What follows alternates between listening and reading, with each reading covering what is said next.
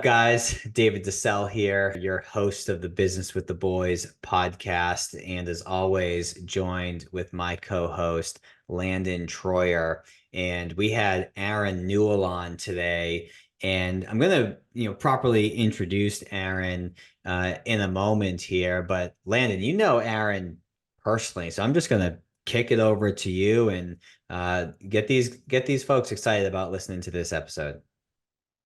Yeah. I mean, Aaron's been he's been a client of mine for a number of years, but two, I would call Aaron a pretty close friend at this point. Like I said, we talk probably weekly almost.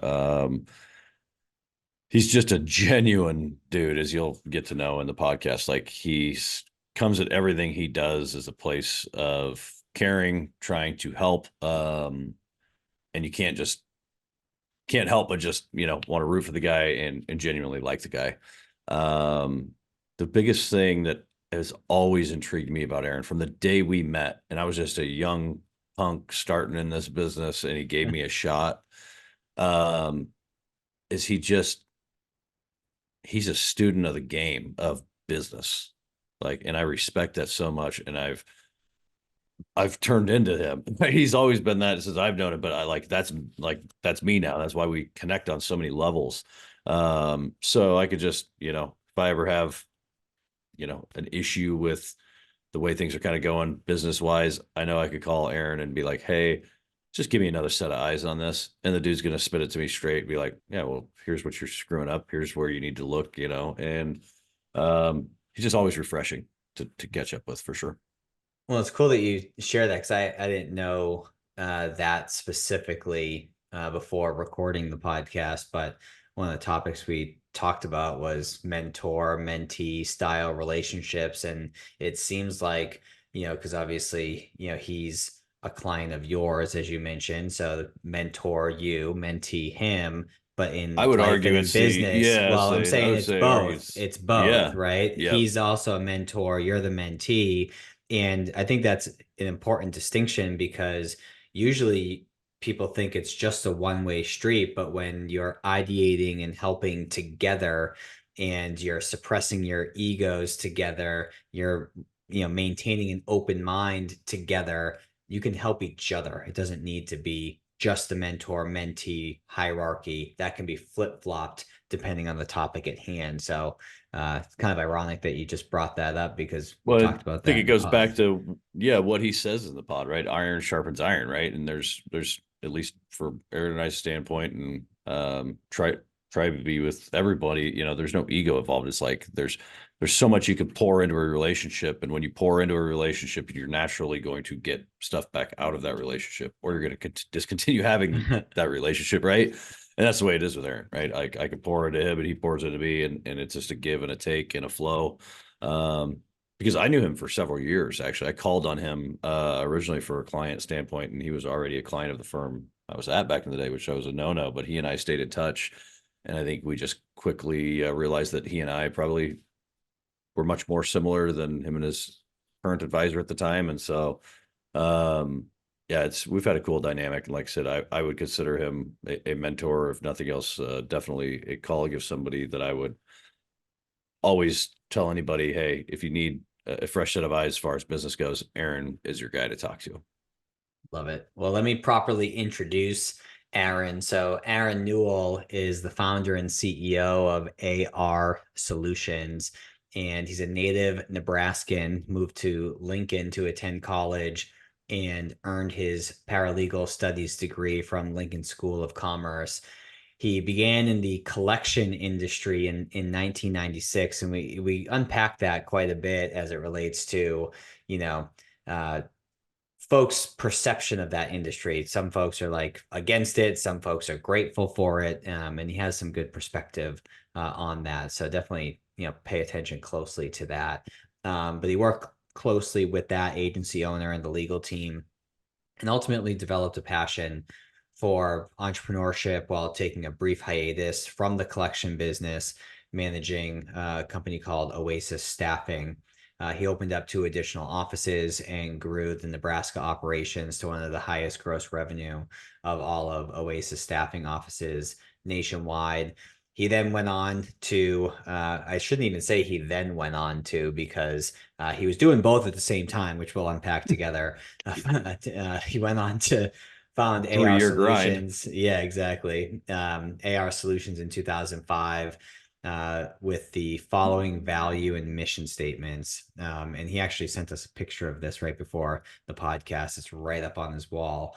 If you have integrity, nothing else matters. If you do not have integrity, nothing else matters. He reads almost every business and leadership book he can get his hands on, and in his time off enjoys working out, hunting, and watching his 3 girls play competitive travel softball. And he's currently doing something for himself and pursuing his private pilot's license. But with that said, let's dive into the episode and learn from Aaron. Who knew I would make it this far? They hated, they never believed me. Yeah, I would never drop the ball. I know I make it look easy. Yeah, Mayweather with the defense. I don't care what a critic got to say. I got them picking up the pieces. That me, you really playing with your life. I'm about to come and run it all back. So, Aaron, you've owned the business for 19 years, AR Solutions. How'd you get started in that business in the first place? That's a good question. And I kind of use that as an icebreaker joke when I go speak anywhere, is that I ask the crowd, everybody in the room that wants to be a debt collector when they're a kid, stand up. And nobody ever stands up. And so how I got into the business is when I was going to college for paralegal studies, my plan was to go to college for that and then take a year off, work, and then go to law school. Well, so in doing that, during that time, I was working as an auto body technician and a mechanic, because that's what I knew, and I could make more doing that than I could doing an office job. And so when I graduated, I had 0 networking contacts. And so the first job available was doing pre-legal work for a collection agency. And the gentleman that owned the business took me under his wing, taught me the business. And then here we are 19 or several years later, because he ended up selling the place in 2000. And the person he sold it to wasn't a great person. So I left there and started my own 4 years later.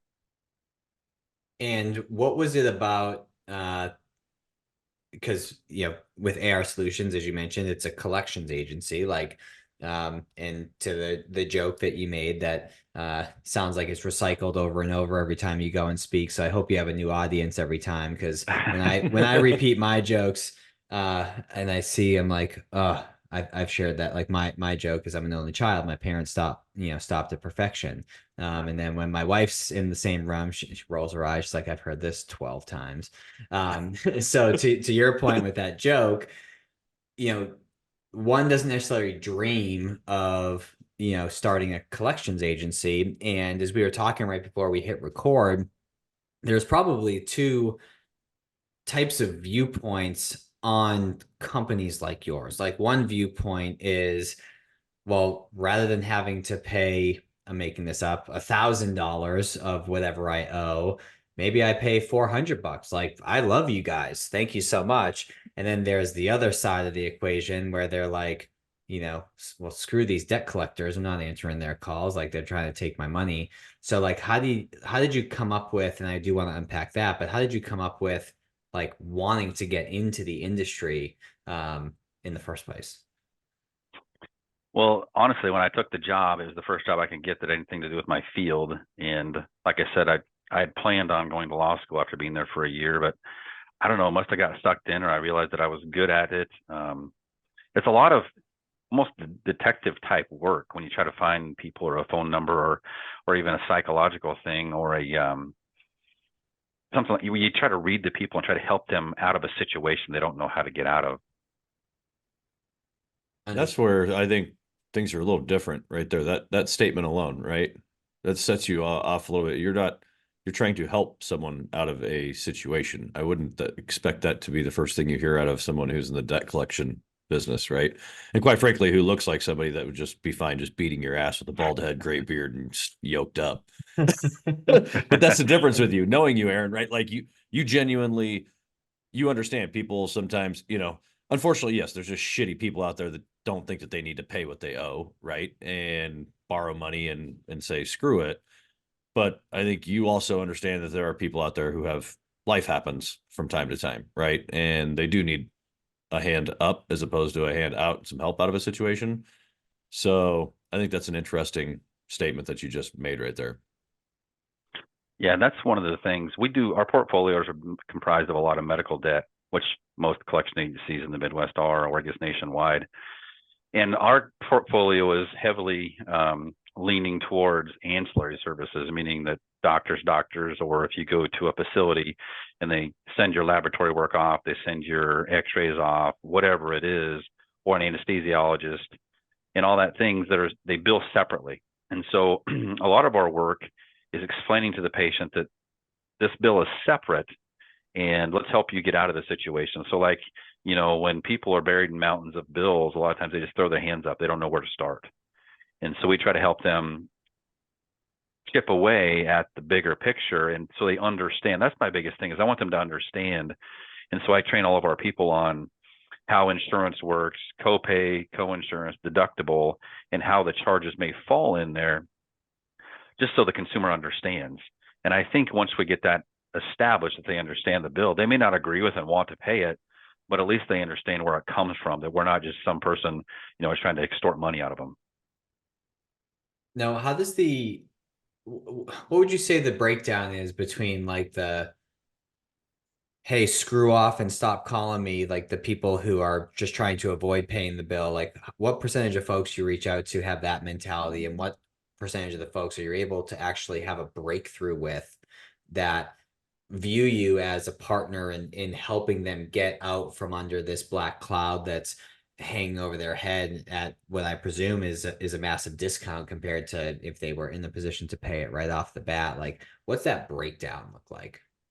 Well, there's a couple of things we'll unpack there, David. It's a good thing you brought that up because that's one of the things I hear frequently. And I think it's after being at the university last week, a big thing that's on Twitter about collection agencies. But first of all, back to your original question, the percentage of people.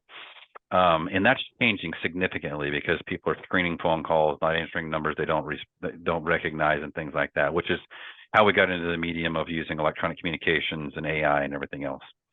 But I would say, back to your question, I would say there's, only about 30% of the people that we talk to are the ones that just really don't want to or hang up or whatever. The other ones just don't answer their calls. And the other 65 to 70% of those people, they'll talk with us and we help them try to find a resolution. What that means is that, we take a graduated payment plan because they owe 10 people, and you just do the waterfall effect where, you pay either the one with the highest interest rate or the lowest one first. You can stair step those payments up and get a bigger foothold on the larger ones once you get to them. And what was the Twitter thing that you were alluding to a moment ago? Oh, so the TikTok thing. So apparently there's all kinds of stuff on TikTok about how collection agencies buy this debt for pennies on the dollar, which is true to a certain point for credit card portfolios and bank portfolios. We don't buy any of that type of debt in the Midwest. Typically any medical debt is placed on a contingency basis. And so we don't own that debt. And any settlement arrangements that we have to be approved by our clients. Some clients have a standing discount rate that they will let us just arbitrarily apply, and some have to be cleared through them on an individual basis. So to answer your question, yeah, because our clients want their money, they will settle for a lesser amount, but they have to approve that amount. And in the medical world, and this is another educational piece for a lot of people, is that so Medicare, when they come in and audit your fee schedules for medical providers, they want the lowest charged amount, and that's what they will pay. And so if I have clients arbitrarily writing accounts off for zero, guess what Medicare is going to say? I want to pay zero. And if they catch that in an audit, that's what they get to do. Interesting. Yeah. So I was talking with my doctor actually, when was it? Monday, today's Friday, so a handful of days ago. And, believe it or not, and it's a concierge doctor, and believe it or not, my doctor doesn't have health insurance. And I was like, how come? And he's like, well, let's say there's a $30,000 bill that you rack up in a day or two because you broke a bone, let's say. I forget the name of it, but with like the hospital directly, you can be like, hey, listen, either, you're not going to get the 30 grand, or I can give you like 6 grand today cash. And they'll take it. Um, what's your experience in like what a typical, I guess, discount, for lack of a better way to put it, where they're happier with, or they're just as happy getting X, smaller number compared to Y, the actual bill that was first provided, by the time it gets on your desk to go and try and collect. I think that's arbitrary based on different institutions. And so I know if they're they all get different classifications. Most of them are nonprofit 501Rs, which there's a bunch of different regulations involved in that. They get some government perks if there's a certain amount of write-offs, or whatever that is. And then other institutions, they have a big charitable write-off, or if you meet their financial assistance planning, they will write them off for charitable reasons. But there's other institutions that have a hard stop. They take payments for 10 months and 10 months only. And if you want to pay a lesser amount, like the example you gave, they say, well, we don't negotiate like that. You can when it goes to the collection agency. I just had someone call me and ask that question this week. So I think it's different based on whatever institution you're dealing with.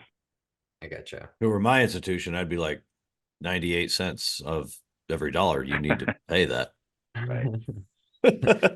I'm a tight ass though. When I started back in this business, it's interesting. So I grew up, my family didn't make a lot of money, and but they always made an attempt to pay their bills. And so for me, that's kind of one of the reasons that I'm able to do this, is because even though my parents didn't make very much money, they always made an attempt to pay. And so I'm like, so what makes anybody else different? They're more entitled to not pay because they made every effort they could. Ding, ding, ding, ding, ding. Thank you. Winner, chicken dinner. That's literally the exact same thing I was going to say. Like, I grew up, obviously, you guys know my dad's situation with glioblastoma brain tumor, right? Mayo Clinic, brain surgery, not cheap at all, right? Obviously, he wasn't able to work full capacity at all at that point in time. My mom is an administrative assistant, obviously not knocking down a big paycheck. And I remember her literally stressing out about bills nonstop.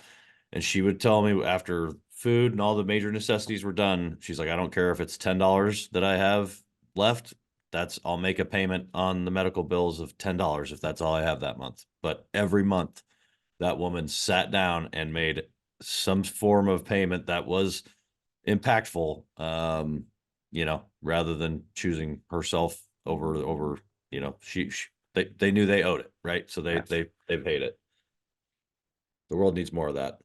I will say, the more I get, so I grew up in, I say Boston, but frankly nowhere near Boston, but it's easy to just say that when people don't know, Haverhill, Massachusetts. But so I grew up in the Northeast. I live in Florida now, and I haven't really had an opportunity to have much exposure to the Midwest. And Aaron, I'd like to get your perspective on this, but ever since, Landon and I launched this podcast, and even like leading up to it, I got more and more exposure to like the types of humans in the Midwest. And granted, this just may be my limited exposure, but I feel like folks in the Midwest compared to the Northeast, if I'm being stereotypical and very general, because I know that this is not all encompassing, are the type of people that even if they can only afford $10 a month or whatever the number is, that they want to do that, like a sense of pride that they're still able to do it, as opposed to,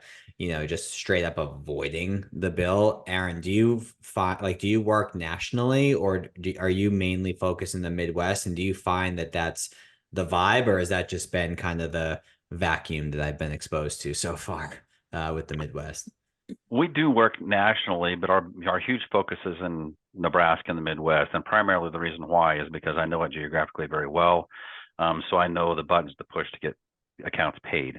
But to your point, I've seen that a lot. I don't know, in the Midwest, it feels like, so tax season or tax return season, February, March through beginning of April, when people get tax returns in the Midwest, there's a huge influx of cash into the economy and our business, because I feel Midwesterners, or at least our portfolio, if they had the extra disposable income with them, they would certainly pay. And so the tax returns give them an opportunity to do that. So that kind of reinforces what you're saying. I gotcha. Yeah, Let's they want to make right on what they owe, I think. I mean, for the most part, obviously you're going to have dirt balls everywhere, but you know, for the vast majority of people, I think it's a sense of pride thing for sure, and they want to pay what they owe.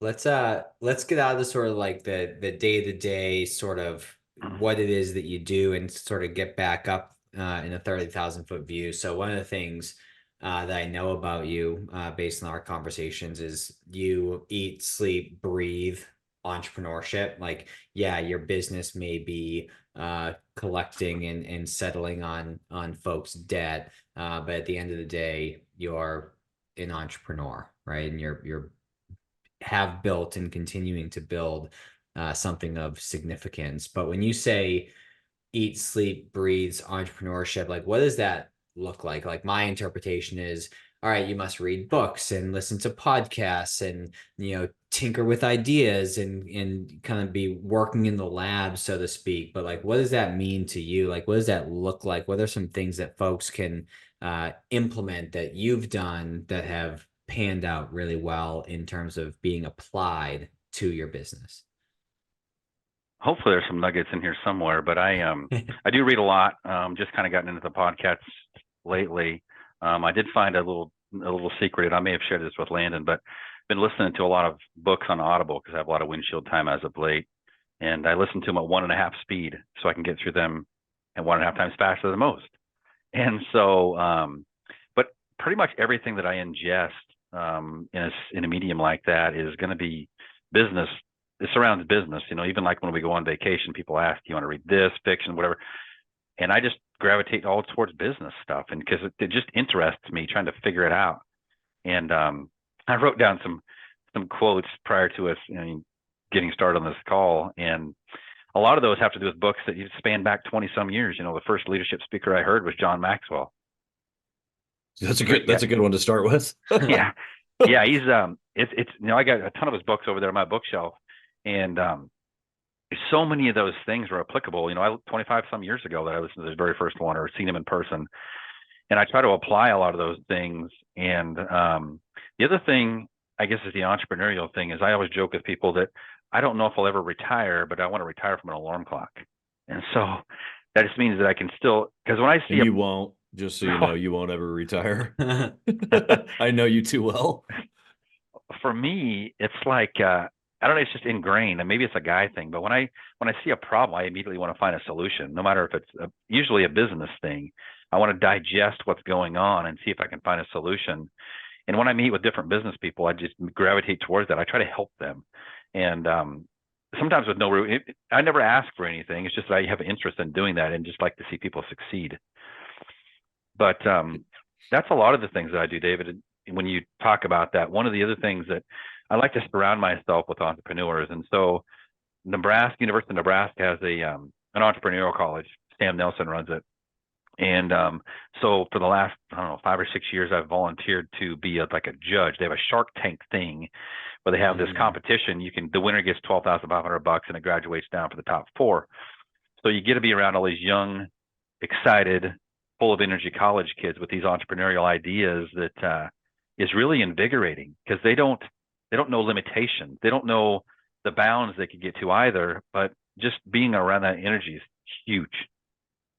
Could you imagine going back and like having a blank slate, not knowing how hard it is to have like employees run a team and just be able to like, hell yeah, I'm just going to build this thing and there are no chains on me. Like that would be badass. Like it's got to be refreshing.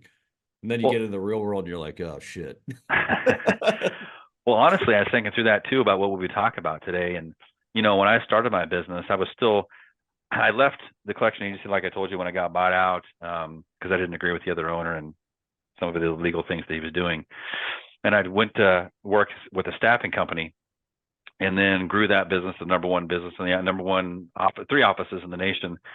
And, but with that, when I was gone for about 6 months, a lot of the clients that I dealt with in collections had called me and said, "Hey, I don't know why you left, but if you want to start one, we'd be happy to come with you." And so I was working a full-time corporate job when I started my collection agency.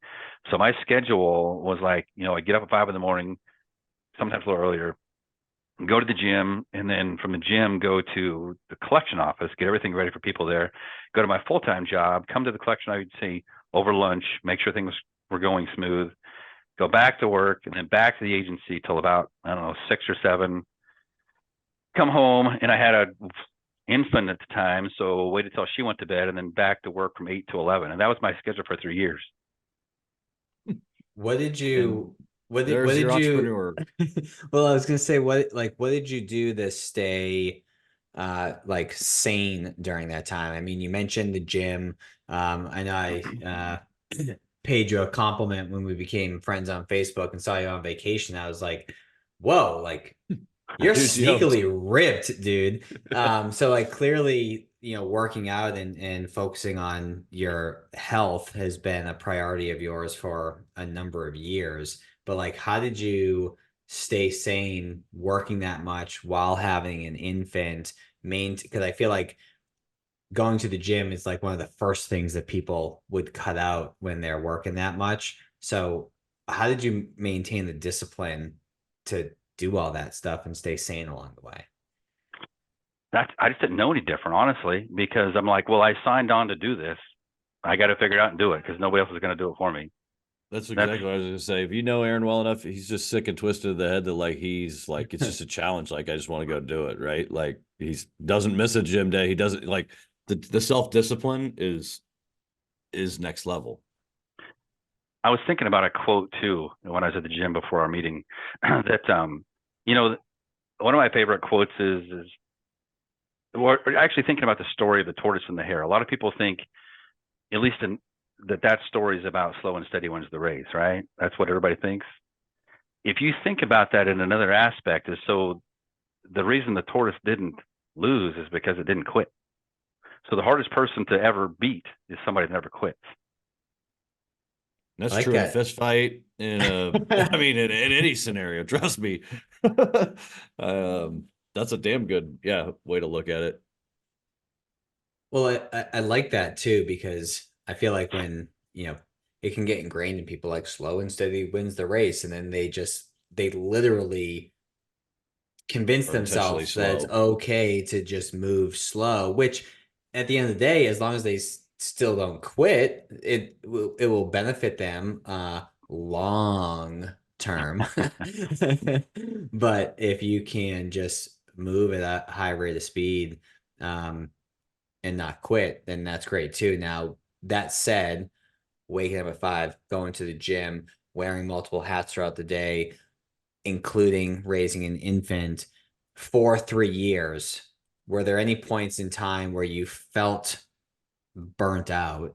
And if so, what did you do to sort of get reinvigorated and re-energized? Because I mean, I'd call bullshit if you said I'd never felt burnt out over 3 years. So like, what did you do when that ultimately happened to get back on track? I guess I might be wired a little bit differently, but yeah, I can't say that there weren't some times where like, man, I am tired.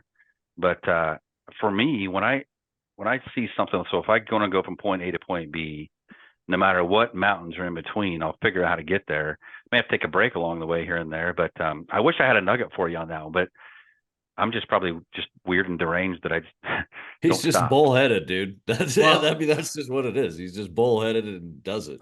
Well, I think there is a nugget in there. You said, if I want to go from point A to point B, without saying it, like point B is the vision that you had for yourself. So let's kind of go down that path. Like, were you just like, to Landon's point, bullheaded to the point where you're just running through walls, or did you have a thing that you were working towards that inspired you, that was kind of like your why through that 3-year period? Because if we can identify that, if that's the case, that may be the nugget that we're looking for. I don't know if I knew it at the time, but to get, I guess the reason for my push is, and it's interesting how things change throughout time. So like, for instance, my definition of success isn't a dollar figure, it's time. And so I may have shared this with Landon, but so to me, to have my own business gave me the time to coach my kids, to go to school events, stuff like that. So it's And more he's of that heavily integrated life. involved in, yes. You want to talk about the guy's got a full-time job chasing softball daughters around, man. And we're talking around multiple states every Yeah. week. So yes, for sure. I getcha.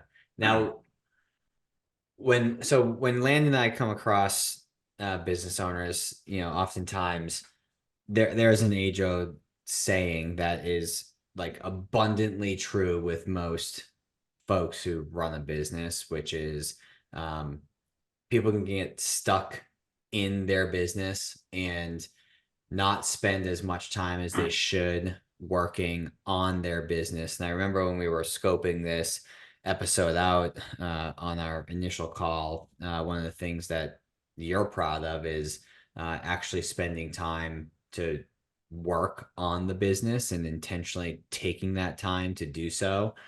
What does that structure look like? Because I feel like most folks running a business can sort of like get on the hamster wheel, blink, and realize, oh man, 6 months just passed or a year just passed, and I haven't done anything strategic. I've just been like doing things. So, like, what systems have you implemented to remind you ultimately to pause and breathe, look at the business, like remove yourself from the business, look at it from above, and actually make strategic decisions on how to take it to the next level, how to elevate the experience that you're bringing for folks, how to focus on the culture, amongst the team members. Like, what does that structure look like for you? Well, I guess I try to gather as much information as I can. Quarterly, I go to the American Collectors Association puts on conferences quarterly for educational purposes. So I try to go to those to keep a pulse on the business, and then also legislatively, or dealing with the legislator here in Nebraska and also Washington, D.C. with our industry. But to your question, I'm not different from anybody else. I have to remind myself sometimes to step back, but I've been very fortunate along the way to have some really good mentors that I can lean on and put, like, for instance, I think he's doing a podcast with you guys, John Barry. He's helped me a ton along the way. Like the EOS program you'd mentioned, him and his leadership staff went through that. So he kind of gave me the Cliffs Notes on that. And so takeaways from a lot of the things that my mentors have done, nuggets that have worked for them. And it's not just one golden ticket from one certain thing. It's a bunch of different things combined. So I get that luxury of having that test pilot, if you will. And then so EOS, for instance, it's the biggest thing that I got from that John taught me was figuring out your metric gauges for production. And so, for instance, for us, would that be how many phone calls, what times of the days are the most productive? Excuse me. Who on the phones are the most productive? And then in the legal department, how many documents does it take to make this? How many complaints? How many garnishments? How many default judgments to get to our end number? And it's actually kind of easy once you get that dashboard built and you figure out what the key metrics are that you need to measure. Just keep an eye on the gauges, and then you can kind of tweak those here and there. Sometimes you got to do a deep dive and kind of figure out, well, this number is what it's supposed to be, but it's not correlating to what it needs to be. And so there's a great message and not to give the whole book away, but in a book called Excellence Wins, there's a scenario about deep diving into figuring out the root of the problem and not the symptoms. Love that.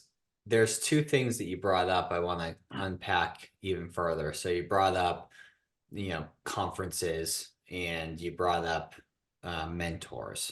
Let's start with conferences. So I know I've been a culprit of this where I'll go to a conference, I'm sitting there, I'm fired up. They typically do a good job of at least where Landon and I grew up, so to speak, in the Northwestern system. They do a good job of Reinvigorating, but also like hitting on every emotion, from your materialistic emotion to your inspiration emotion to pulling tears out of you with certain sob stories they would bring to the award ceremony. Like, they just frankly did a wonderful job, hitting on everything. And I'd leave there like so inspired and ready to run through a wall. And then about 3 days later, I would oftentimes find myself just like doing the same shit that I was that I was doing before. And then over time I realized, okay, I actually have to like compartmentalize and implement some of this stuff. So like how do you ensure like do you have a particular strategy when you go to a conference, whether it's I need to meet these certain people while I'm here, I need to take notes and pick 2 or 3 things to implement? Like when you go and attend a conference, what are you looking to bring back to implement into your business? Like how do you do that? Well, I guess the number one thing that I'll say, and I have to remind myself this, but a long time ago, I was involved in a direct marketing company. Great leadership. They're not around anymore, but one of the keynote guys always talked about. So to the exact point you're mentioning, a lot of companies will do that for the rah-rah and all this other stuff. But this stuck with me. This has been almost 30 years ago. He's like, so you can walk into a room, an idiot, and you get motivated and you walk out a motivated idiot. What good is that without tools to implement what they're trying to teach you?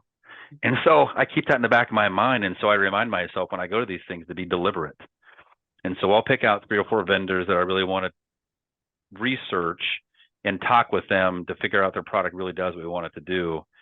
And in my business, it's never evolving target. We always have a target on our back because of consumer rights and everything else. And so to try to stay on the forefront of that, I try to seek out those vendors, no matter what it is, to make sure our business is going to be on the cutting edge if we can. It doesn't always work, but at least I'm educated about what's out there. Well, I'd say, I think what people don't probably realize is how regulated your industry is, right? Obviously, myself being in the finance world, highly regulated. Yours is very regulated and highly legislated, right? Like you have always got, and that's another reason, I think that probably makes sense on why you focus primarily in Nebraska, right? Because a lot of states are different in how you can pursue debts. So you have to stay on top of your game on a lot of this stuff. Am I right? Yeah, that's correct. And also, even being in Nebraska, we're not insulated because there are attorneys nationwide. Our major statutes, a federal statute, so there's nothing governing different. There's different districts within the nation, but still, I'm not insulated because I'm in Nebraska versus an attorney that's federally licensed in New Jersey. But there are tons of regulations, and honestly, there are seminars these consumer rights attorneys go to learn how to, in lack of better terms, extort money from collection agencies. So for instance, if they know my deductible, my errors and omissions insurance is 10 grand, and they think that I violated something, they send me a demand letter for $8,500 because they know that it's cheaper for me to pay the $8,500 than to file a claim with my insurance company, and they're going to settle it anyway. And now I got to pay 10 grand for my deductible. And so they get their money. So we're very careful and conservative in regard to the information we put out there. And we have a checklist of everybody that has to be, goes through in our office, have to make sure that they understand the collection laws. They have to be certified. They go through a couple different educational pieces with the American Collectors Association to insulate ourselves. And that's just the tip of the iceberg. There's so many things. Like, so for instance, a voicemail, for instance. If I want to leave a voicemail, there's 2 approved voicemails that have been tried in federal court. One's called the Zortman message, and the other one's called the Fody message, both of which take about over a minute to leave. The consumer is not going to listen for a minute. And oh, by the way, on either one of those messages, the language you use in there, there's other case law that says you can be sued for using that language. So what are you supposed to do? So yeah, that's a rock and a hard spot. So how do you?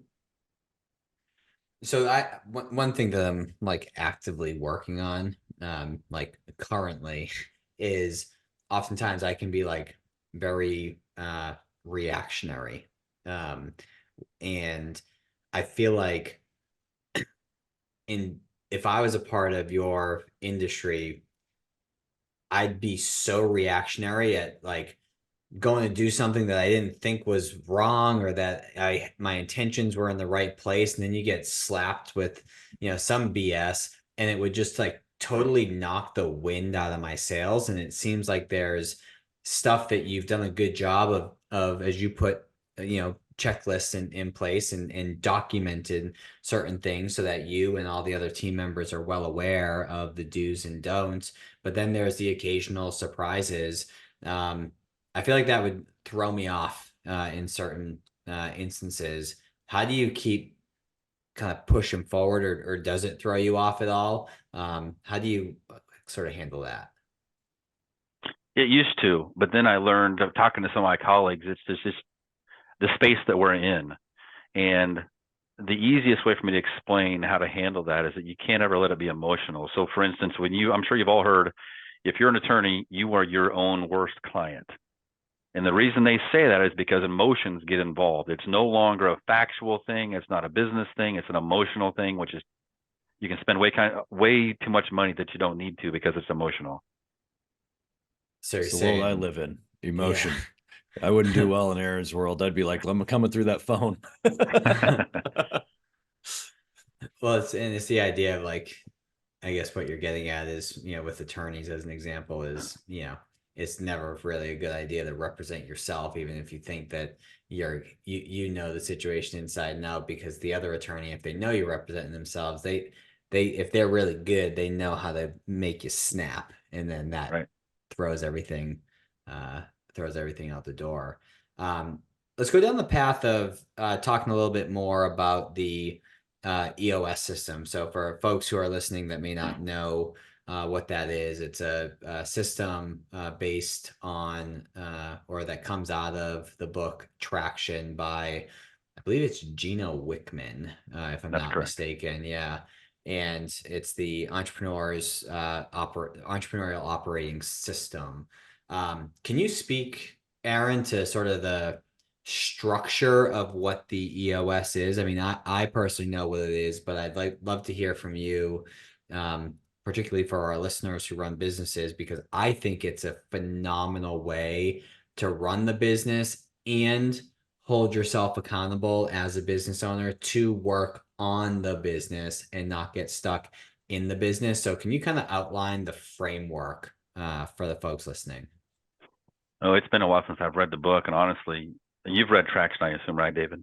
Yes. I'm It's currently reading it right now for 75 hard. oh Oh, my, you well, could have chosen an easier perfect. book. Rereading it. I love it. It's been probably 5 years since I've read it, so I needed to brush up on it. Yeah, I probably should if I knew the question was coming. But for me, it was, because I did not go through the EOS program. I had the luxury of John teaching me that system. And so in reading the book, from the takeaway is like, you put your hierarchy or your framework in place, good people in place. And that goes back to one of your podcast people, I think, when they made a bunch of references, the good, the great, getting the right people on the bus and the right people in the right seat and the bus in the right direction. I think it has a lot to do with that. Does that kind of help answer your question, David?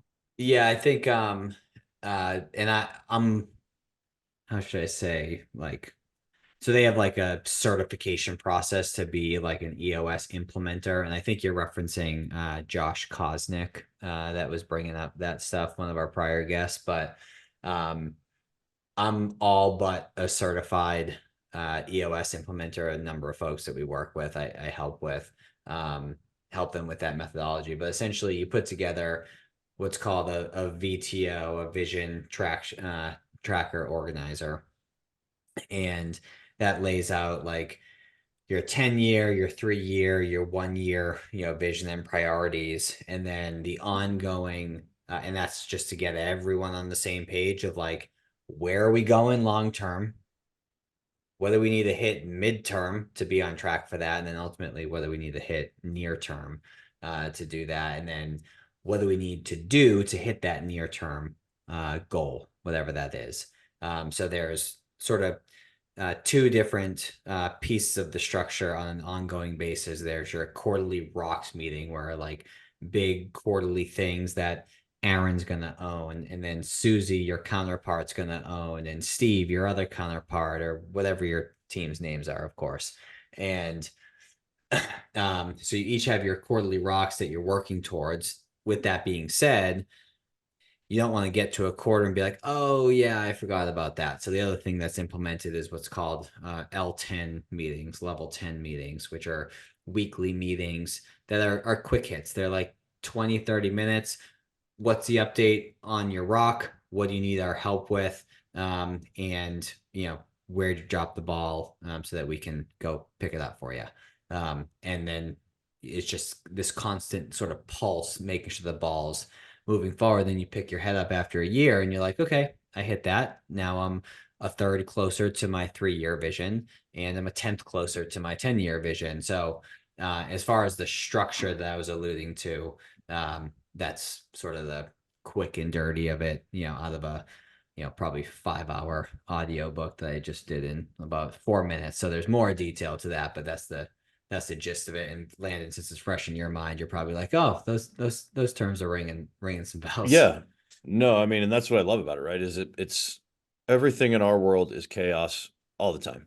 I think all three of us know that, right? Is you never know what day or what the day is going to throw your way. So having something measurable, and having everyone in the boat rowing in the same direction, I think is key.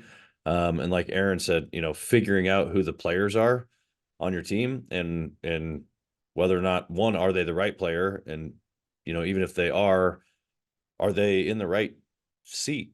It might be something where they're better suited in a different role, right? So figuring out your personnel, figuring out your vision, and then again creating measurable strategies on how to get there.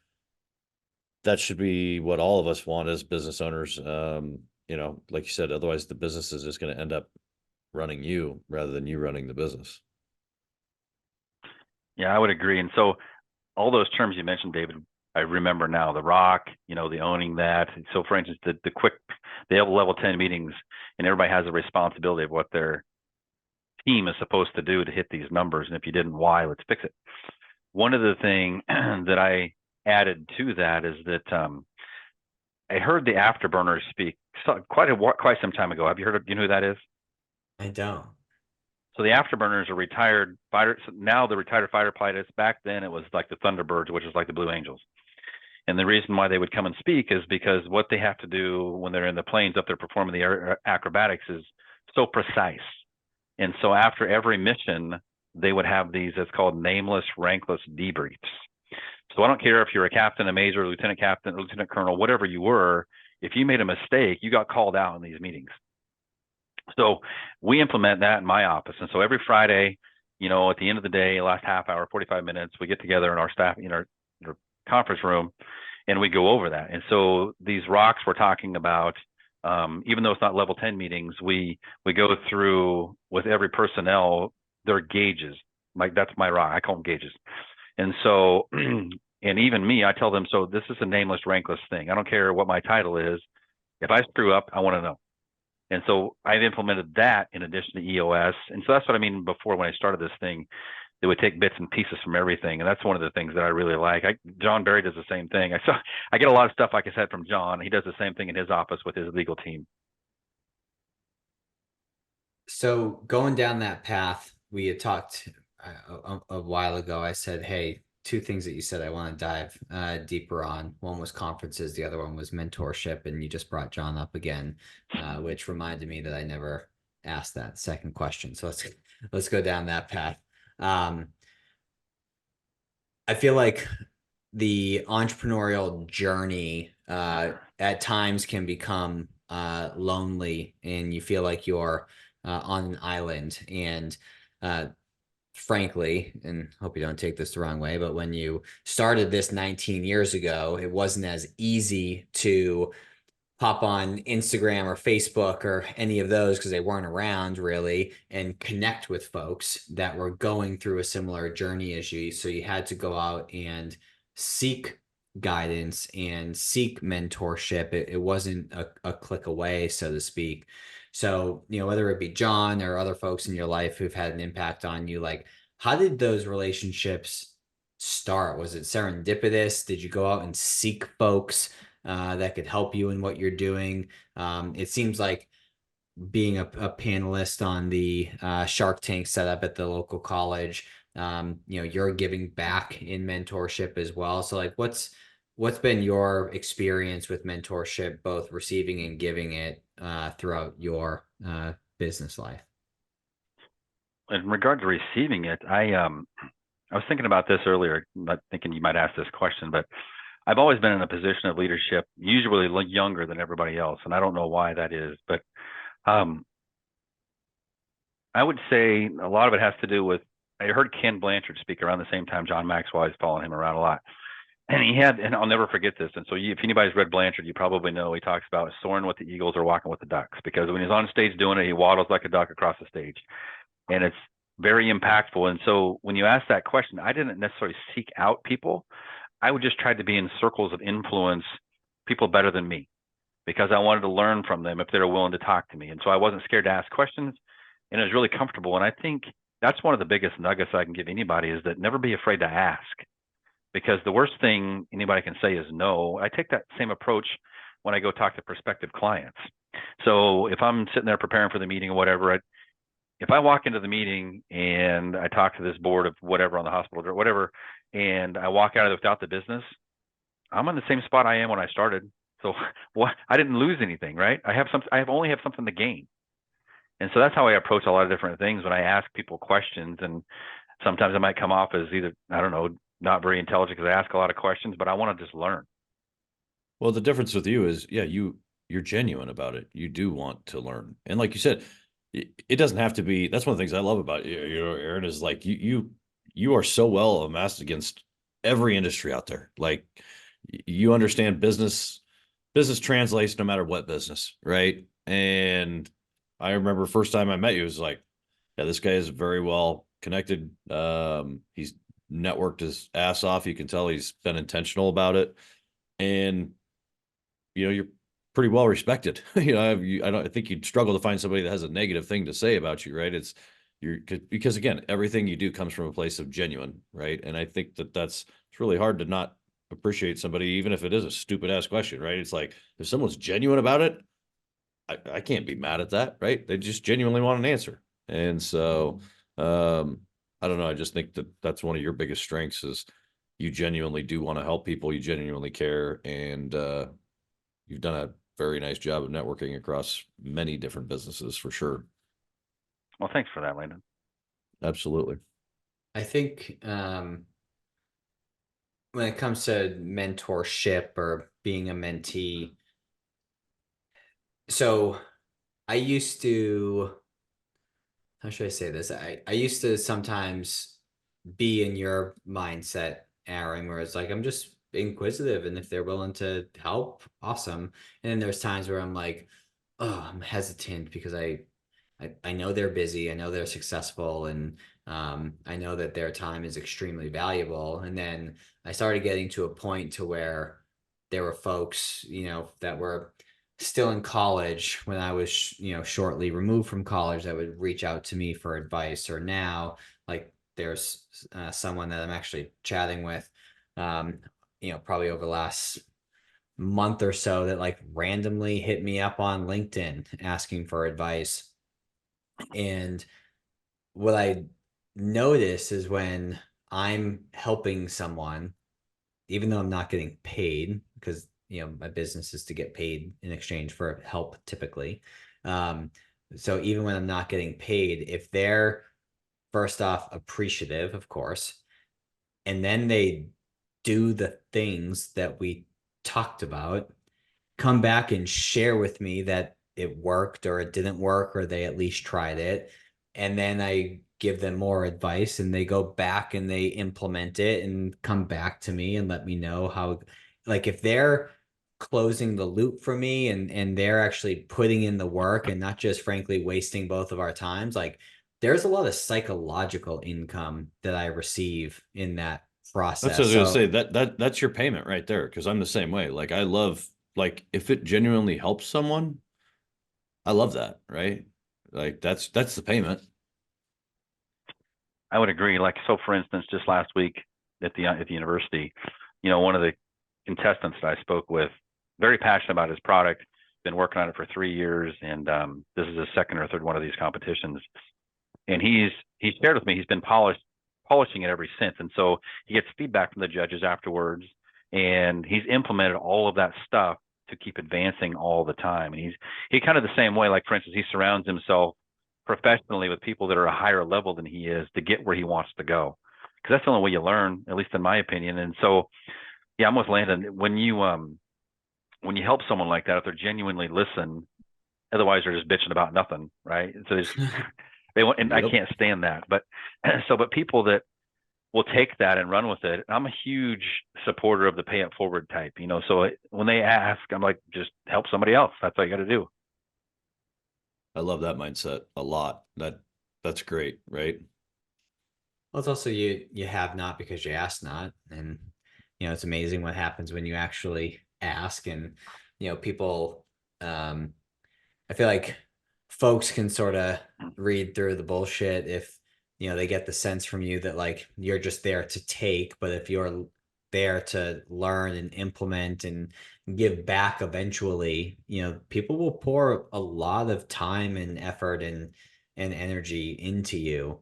But remember, you have not because you ask not. Just go and ask for what you want. You'll be amazed as to what the doors are that ultimately open for you. Yeah, and I would say, I mean, Aaron and I, that's a lot of truth to that, because he and I are, we probably talk once a week or whatever, and it'll literally usually starts off with it's just going to be a quick question. And we end up talking for 20, 30 minutes usually, because it's just, it's like, oh, you get to talking and it's like, he'll say something and I'm like, oh shit, you know what? There's somebody else, you need to meet this individual. Or it's the same thing. Like yesterday he called, he's like, I think you need to meet this individual, and it's just like, I just genuinely know like they're going to like Aaron, even if they don't end up doing business together. Like, you can't help but not like the guy and have a great conversation. And it's like when we all got together, at the weekend when we did our get together, like to see all the cool connections that are now made and getting the feedback from guys that are doing business together because they were on this pod. It's like, I think about, Jeff and Aaron now meet, it's like, there's things that are going to happen there just because guys are good ass dudes and great people, and great stuff happens when good people get together, right?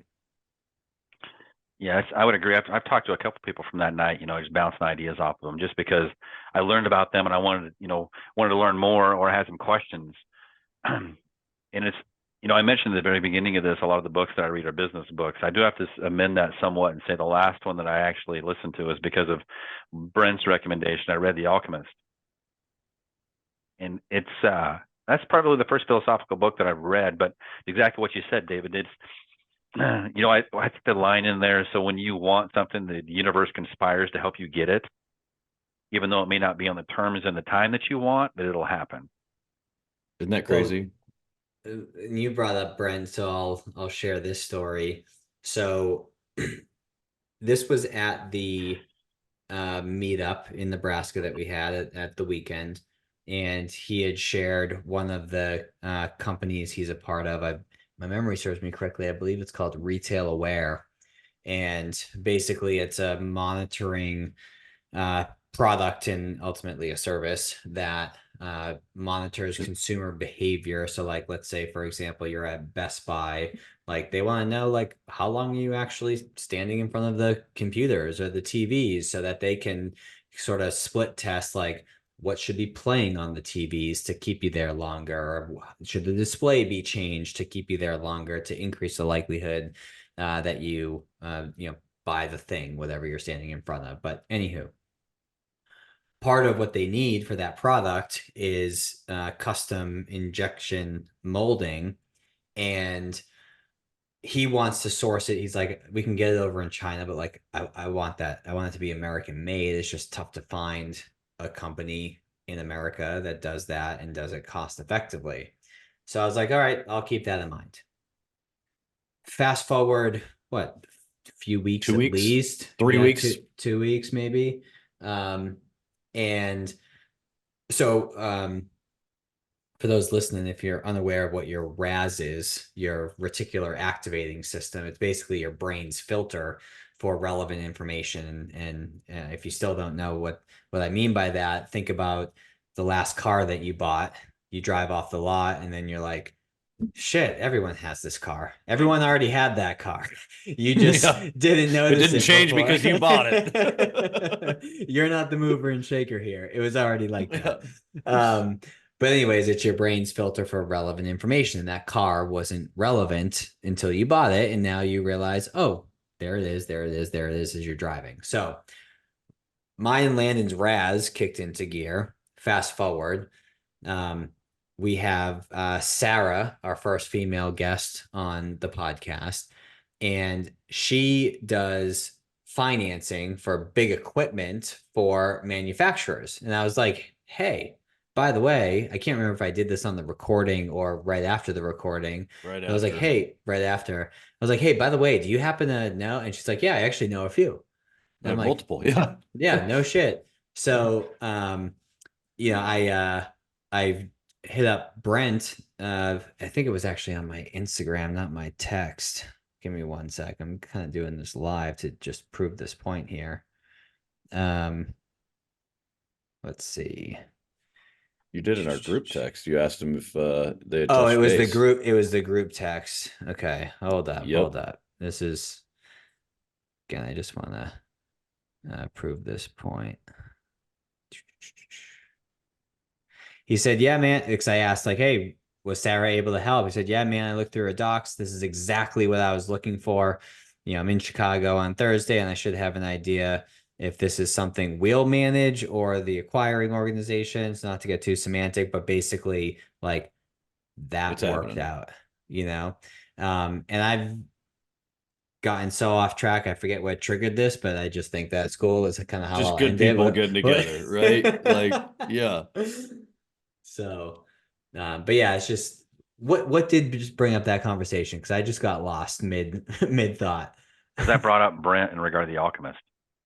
Yes, the universe conspires, There it is. to make it happen. So, thank you. At least someone was paying attention.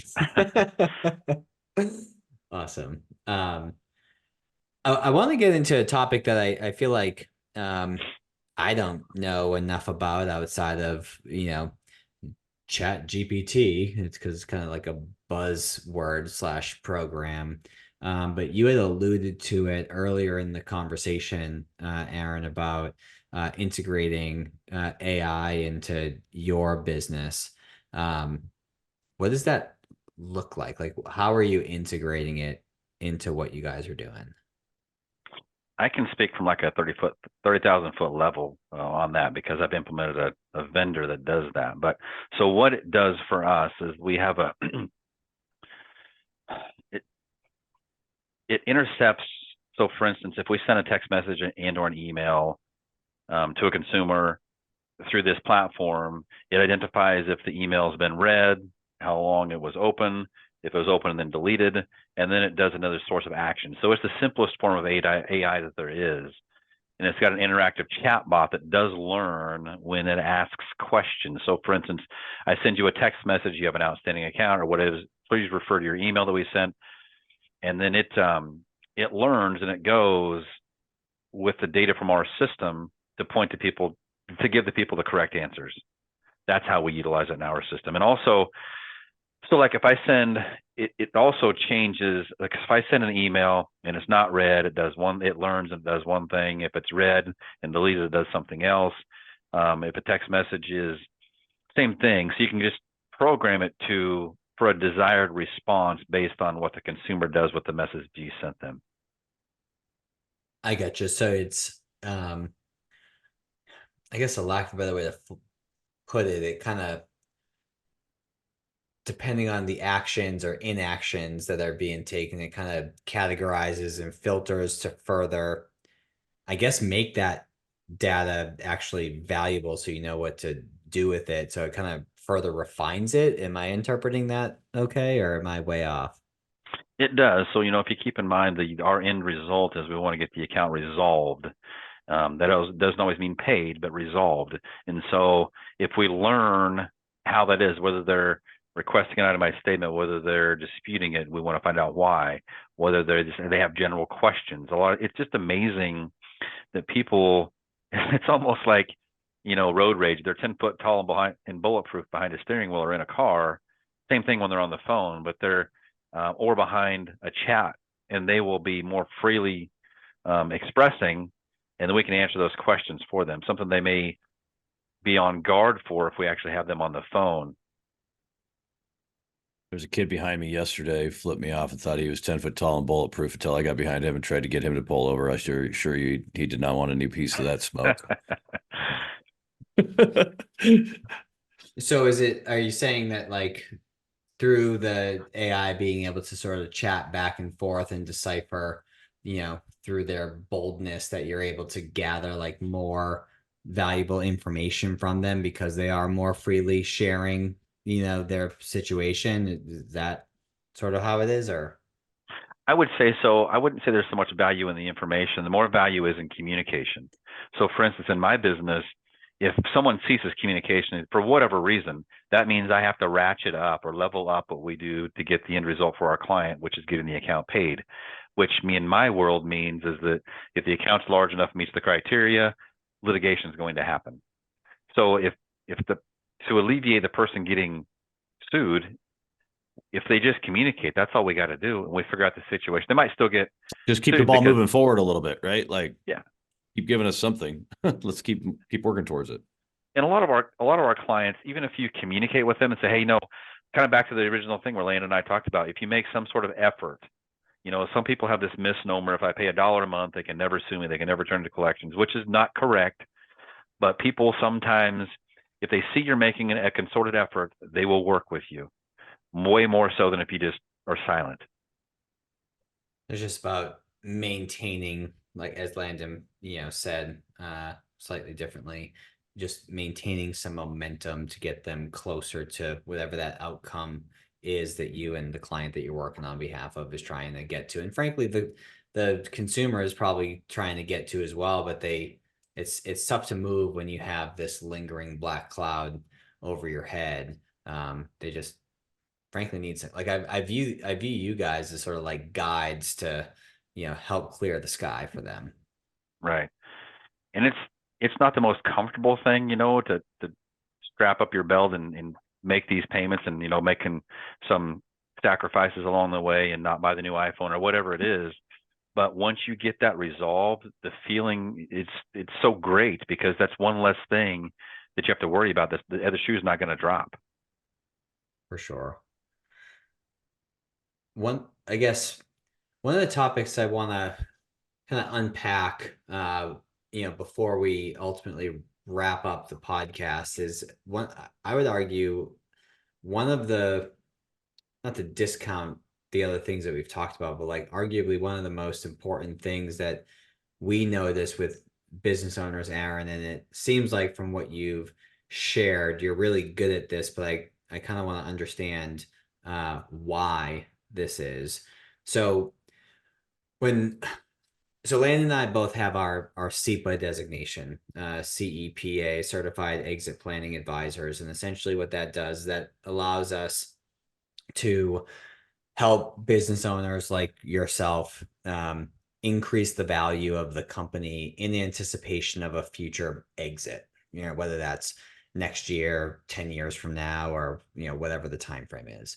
So like, let's say, for example, a business has $1 million in profit, and that business trades at like a 3 to 6x multiple on that profit. So to sell the business, you get 3 million all the way upwards of 6 million. So it's like, all right, it's cool to know that. But like, how do I get the 6 million and not the 3 million?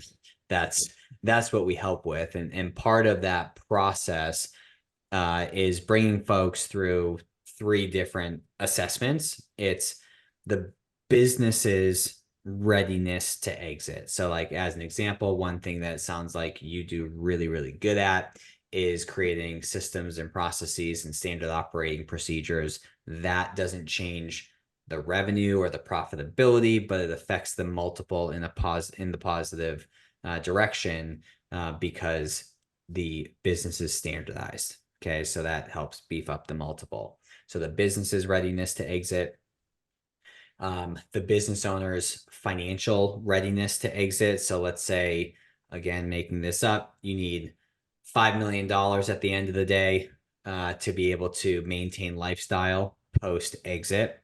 And let's say you have $500,000 of investable assets. Well, that means after taxes and transaction fees, attorney fees, etc., you need to net $4.5 million when you sell the business to come up with that 5 million that you need to live a comfortable life moving forward. So if you're only getting, say, $2 million from the sale, well, now you have a wealth gap that we need to solve for. And typically we do so by working towards increasing the multiple. So we go through the financial readiness to exit. And then lastly, and certainly not least, is the business owner's personal readiness to exit. So there's a stat out there that I could dig up that about 70% of small to medium-sized business owners, when they sell their business, ultimately they regret it. And typically it's because of one of two, if not both of these reasons. One, they have no plan post-exit. And although Coronas and margaritas on the beach are fun for the first 4 days, you get pretty sick of that rather quickly. Like, you can't do that in perpetuity. So if they don't have a plan post-exit for their second act, so to speak, especially as I would argue, especially as men, like our purpose is to work and to provide and to add value and to Have a solve dragon to problems. slay. Have a dragon to slay.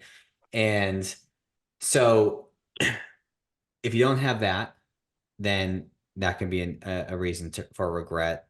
But then also, and this leads me to my extremely long-winded question, which is, if your identity is tied in the business, like you say, I'm a business owner, I'm a business owner, I'm a business owner, as opposed to I own a business, very subtle difference, but important difference, then because you can no longer say I own a business, or excuse me, I'm a business owner, that leads to regret as well, because your identity is attached to that. So all that context, Aaron, to share, one of the things that you let us know beforehand is that at the end of the day, at some point, you're going to sell this business for a profit, and your identity is not wrapped up in the business. So my question is, has it always been like that? And whether it has or not, like, how have you gotten to that point to where it's like, hey, I'm in this for impact, but I'm also in this to make some money, and I don't need to have my name on the wall, so to speak. Like, how has that sort of come about for you? That's an interesting question. When I started, I never had aspirations of growing to the point where we are. And I tell people this, I still have the very first, so at the end of every month, we have to run those reports, and it spits out, sheets of checks that we send to clients. And I still have the very first one of those that we did in September of 2005. And there were 3 checks on there. 2 checks went to one client because there's 2 separate entities. So essentially 2 clients. And now we have, 700, 800 clients, whatever it is. And but I guess I say that because I never envisioned that's where it was going to go. I provide a service, and I try to do the best I can for people and be honest and transparent. And that's what's happened. But to answer your question, a long time ago, I dabbled with some stocks just because I had interest in them. And one of the best pieces of advice that I got is that never become emotionally attached to a stock. And that's probably how I view the business, is that, even though this might be my baby and I grew to this point, my definition of leadership is to bring up people around you to replace you. Otherwise, you're not a leader. Because it's like in, I forget which book it is. It's Not Good to Great. It's with Stephen Covey's book. Anyway, they touched on the CEO, Jack Welch of GM. And when he left, what happened to the company, right? So and he went back, he got a chance to redo. And so then he built the company, and it's sustainable. And so that's probably the reason why that it's not my identity, because I think that's the whole goal of leadership, is to build up people around you to replace you. Because if you're irreplaceable, you're unpromotable. Well, it goes back to the same saying, is the less valuable you are to your business, the more valuable your business is, right? Like, if your business is a well-oiled machine and can run and hum along without you, you've done a damn good job running that business, and that multiple is much higher, right? So that's a good thing for sure. And I'd also say, Aaron, because again, going back to your network side of things, it probably helps that you know some guys that have had some pretty successful exits that have done some pretty cool second acts, I'd imagine. Whether that's monetarily or impact wise, I mean, I could see either one of those in your future, like you said, with as, you know, involved as you are with the college. I mean, you won't retire. I know you're me 2.0 and will do something forever. But I could definitely see you in that leadership role of whether it's sitting on some boards that you're passionate about or whatever, right? It's just you've always been in that leadership type role and are great at it. So I think I'm going to be personally excited to watch where you go, and every business owner that's listening out there, take what Aaron said to heart as you should look at your business as a stock and sell that thing at a high. The world would be a lot better place and there'd be a lot less headlines out there if people did that. I'll say that. Well, thanks for those kind words. And I don't know if we're about ready to wrap up, but I think that'd be a great segue into your book question. Yeah. David. So, but before we do get to that, I do want to just emphasize that you're doing it the right way, and Landon touched on this in that one of the biggest drivers of value is the business not being reliant on the owner, because otherwise that buyer is coming in and essentially they're just buying a freaking job, right? They're not Nope. buying a business. So the fact that you have, for lack of a better way to put it, a farm system of folks that can run things if you weren't there, that's getting you to more close to a best in class compared to your peer group of other folks in your industry. So I just want to emphasize that. But to segue over to the book portion. So for those of you who are listening, if this happens to be your first episode that you're tuning into, there's so many different books and podcasts and resources and conferences and masterminds and all these different things that you can go to or consume to make yourself better. And sometimes it can be overwhelming to pick something and just start somewhere. So one of the questions that we ask all of our guests is a book that's had an impact on them, because the guests that we have on, frankly, are successful. And if a book has had an impact on them, you should probably read it. So the book that you chose, Aaron, is the book E-Myth. Talk to us about the impact that that's had on you and some of the takeaways that you've had from that.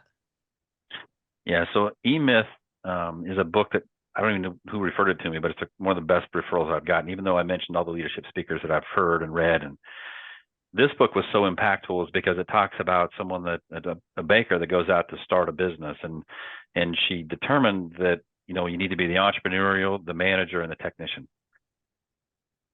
And in the beginning, you got to be all three. But at some point in time, if you're the entrepreneur, you can't be all three, because otherwise you're your own boss. And so what I gleaned from that book was that I immediately, when I finished the book, started writing standard operating procedures for my business, because in my mind, and they may talk about it in the book too, I'm not sure, but McDonald's doesn't make the best hamburger. They've got the best process. And so that means I can be a legally of age kid to work in a McDonald's. And all I got to do to make a sandwich is push a button. Anybody can do that, right? And so that's what puts value to that type of business. And that's what I wanted to create, because again, my definition of leadership is that I will exit at some point in time. And unless I've created a system that's duplicatable, that makes the business sustainable, I didn't really create anything except for make myself my own boss. And that's it. And Love that. I would Great agree. Yeah, and I would agree. McDonald's doesn't make the best burgers, because I know I do. So That's the case, son. You better start cooking next time you're staying at the house, because well, I like will... me some McDonald's burgers, and the 75 hard bullshit. I haven't had one in 3 weeks. Not loving that. So I'm loving it. So I will say I just I figured out how to like make smash burgers really good. Those are fire. Kennedy makes this, I call it an aioli, but it's not an aioli. It's something else, a ramelade, I think she calls it, but it's fire. But I digress. I will say, Aaron, I think um, as you mentioned, if you can duplicate yourself and create systems and processes to allow the business to run to, I mean, to where a monkey could do it to a degree, like that's a business anyone would want, because all they need to do then is find the capital.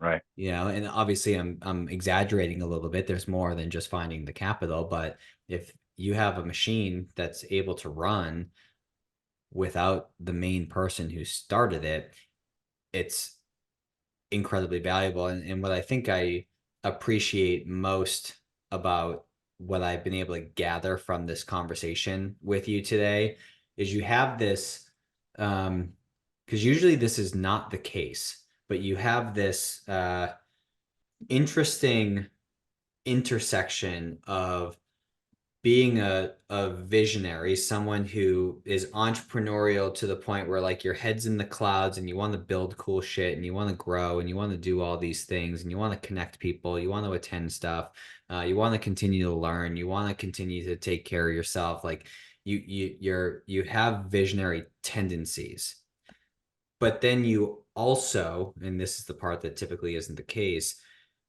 you're also an implementer. Like you read a book and you actually do something about it. You go to a conference and you speak with these vendors and you actually buy their stuff and integrate it into your business. Like you're not just the type of person that stays in the clouds.